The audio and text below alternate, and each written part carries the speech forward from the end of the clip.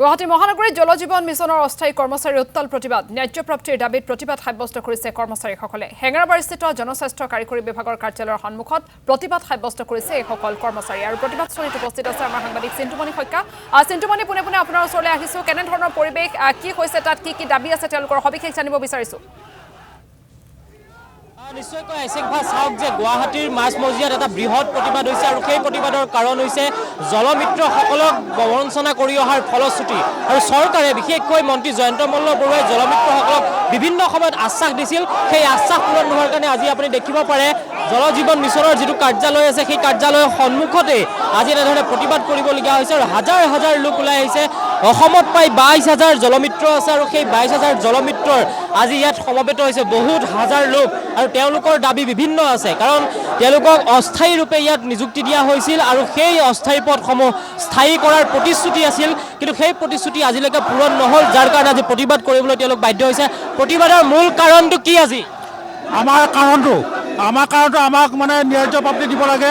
আমি শ্ৰমিক আইন অনুসৰি আমাক মানে ভাতা প্ৰদান কৰিব লাগে আমাৰ পৰিয়ালৰ প্ৰতি সুৰক্ষা প্ৰদান কৰিব লাগে আমি 11,000 বিদ্যুতৰ লগত কাম কৰোঁ আমাক মানে ইঞ্চুৰেঞ্চৰ ব্যৱস্থা কৰিব লাগে আমাৰ ন্যায্য প্ৰাপ্তি আমাৰ মূল এইকেইটাই কিমান বছৰৰ পৰা কাম কৰি আমি 12 বছৰ চলি আছে ইতিমধ্যে আমাৰ পৰা 25-30 জন সতীৰ্থ ঢুকাইছে বিভাগ তথা চৰকাৰৰ পৰা সেই পৰিয়াললৈকে এতিয়ালৈকে ইহঁতে কোনো খা খবৰ লোৱা নাই সেই পৰিয়ালবৰ্গৰ খা খবৰ লোৱা নাই আৰু সেই পৰিয়ালৰ কি অভাৱ অভিযোগ চলি আছে এতিয়ালৈকে আমাৰ বিভাগ তথা চৰকাৰে খবৰ নাই আমাৰ যিবিলাক ক্ষোভ আজি বহুত লাইন আলোচনা আমাৰ লগত চৰকাৰ তথা বিভাগৰ লগত হৈছে আমাৰ দাবীবিলাক এতিয়ালৈকে পূৰণ কৰা নাই এই মাহৰ 3 তাৰিখৰ পৰা আমাৰ কৰ্মবিৰতি চলি আছে আৰু চলি থাকিব গোটেই খেমবেফি চলি আছে আমি হয়তো ৰাইজক বিশুদ্ধ খোৱা পানী যোগান ধৰিব পৰা নাই তাৰ কাৰণে ৰাইজৰ ওচৰত আমি ক্ষমা প্ৰাৰ্থী আমি ৰাইজৰ লগত লগা নাই আমি চৰকাৰ তথা বিভাগৰ লগত লাগিছোঁ আমাৰ দাবী পূৰণ নোহোৱালৈকে আমাৰ কৰ্মবিৰতি চলি আছে চলি থাকিব যেতিয়ালৈকে আমাৰ দাবী পূৰণ নহ'ব আমাৰ 5 দফীয়া দাবী আছিল আমি বহুতবাৰ বিভাগৰ লগত বহিছোঁ টেবিল মিটিং বহিছোঁ মন্ত্ৰীৰ লগত বহিছোঁ আৰু ভিডিঅ' ফুটেজো আছে বিভাগে বহুত জানুৱাৰী মাহৰ 3 তাৰিখে আমাৰ কিবা ভাল খবৰ ওলাব বুলি আমাৰ মন্ত্ৰীয়ে আমাক কৈছিল কিন্তু জানুৱাৰী মাহৰ 1 তাৰিখে যিখন কেবিনেট হ'ল অসম চৰকাৰৰ তাতে বহুত বিভাগৰ হৈছে কিন্তু আমাৰ পাব্লিক হেল্থৰ জলমিত্ৰসকলৰ কাৰণে একো হোৱা নাই তাৰ কাৰণে আমি বিক্ষুব্ধ হৈ আজি ৰাস্তাত প্ৰতিবাদ কৰিব লগা হৈছে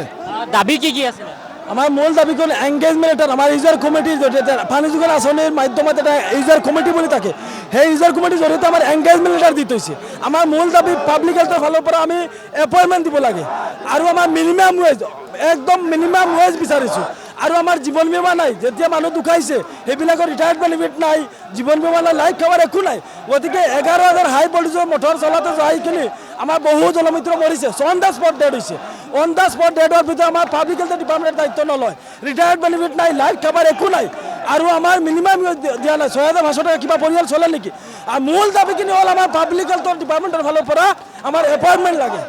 এতিয়া দৰমহা কিমান দিয়ে 6,500 টকা মানে অসমত মূল জলমিত্ৰ কিমান আছে মানে প্ৰায় 13,000 ওপৰত আছে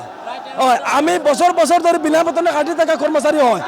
বিনা বেতনে ফণ্ড 20 বছৰ যাবত কাটি থকা কৰ্মচাৰী হয় আমি পাব্লিক হেল্থৰ ডিপাৰ্টমেণ্টৰ কৰ্মচাৰী আছিলোঁ অস্থায়ী কৰ্মচাৰী আমাৰ জল জীৱন মিছনত ঠেলি দিছে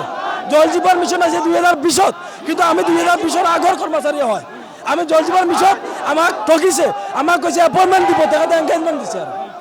মন্ত্ৰীয়ে বাৰে বাৰে কৈ থাকে কিন্তু একো কাম নকৰে কিহৰ কাৰণে স্যাৰ 2008 পৰা নিজৰ মাটি নিজে দান দি পিনে কৰ্ম কৰি আছোঁ স্যাৰ 11,000 ভোল্টেজৰ আমাৰ জীৱনৰ নিৰাপত্তা লাগে স্যাৰ আমাক মানে ন্যূনতম মজুৰি লাগে যিবি লেবাৰ এক আইনমতে যিটো আছে স্যাৰ এইটো আমাক লাগে আমাৰ ৰাজ্য দাবী লাগে স্যাৰ আৰু আমাৰ পৰিয়ালৰ সুৰক্ষা লাগে স্যাৰ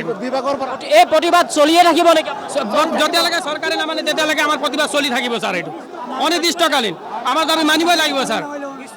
আমি দেখুৱাইছোঁ ইয়াৰ পৰিৱেশ চাওক আপুনি যিফালে চাই আচলতে জলজীৱন মিছনৰ যিটো কাৰ্যালয় আছে সেই কাৰ্যালয়ৰ সন্মুখ ভাগত ওপৰফালে আপুনি কেউফালে চালে কেৱল এতিয়া জলমিত্ৰ আৰু জলমিত্ৰই দেখা পাব কেউফালে জলমিত্ৰ আৰু জলমিত্ৰ তেওঁলোকে হাতে হাতে বিভিন্ন প্লে কাৰ্ড লৈ এনেধৰণে প্ৰতিবাদ সাব্যস্ত কৰিছে আৰু আমি দেখুৱাইছোঁ এই পৰিৱেশ সম্পূৰ্ণ পৰিৱেশ আমি দেখুৱাইছোঁ এয়া হেঙেৰাবাৰীৰ দৃশ্য হেঙেৰাবাৰীৰ যিটো পাব্লিক হেল্থ ইঞ্জিনিয়াৰিং ডিপাৰ্টমেণ্ট আছে সেই পাব্লিক হেল্থ ইঞ্জিনিয়াৰিং ডিপাৰ্টমেণ্টৰ সন্মুখত অৰ্থাৎ জলজীৱন মিছন অভিযানৰ যিটো কাৰ্যালয় সেই কাৰ্যালয়ৰ সন্মুখত এনেদৰে প্ৰতিবাদ কৰিবলৈ বাধ্য হৈছে এইসকল জলমিত্ৰই অসমৰ বিভিন্ন প্ৰান্তৰ যিসকল জলমিত্ৰ আছে সেই জলমিত্ৰই এনেধৰণে প্ৰতিবাদ সাব্যস্ত কৰিছে আৰু তেওঁলোকে উল্লেখ কৰিছে তেওঁলোকৰ যিসমূহ দাবী সেই চিন্তুমণি শইকীয়া আপোনাক এই মুহূৰ্তত ধন্যবাদ জ্ঞাপন কৰিছোঁ আপুনি প্ৰতিবাদস্থলীৰ পৰা পৰিৱেশ দেখুওৱাৰ বাবে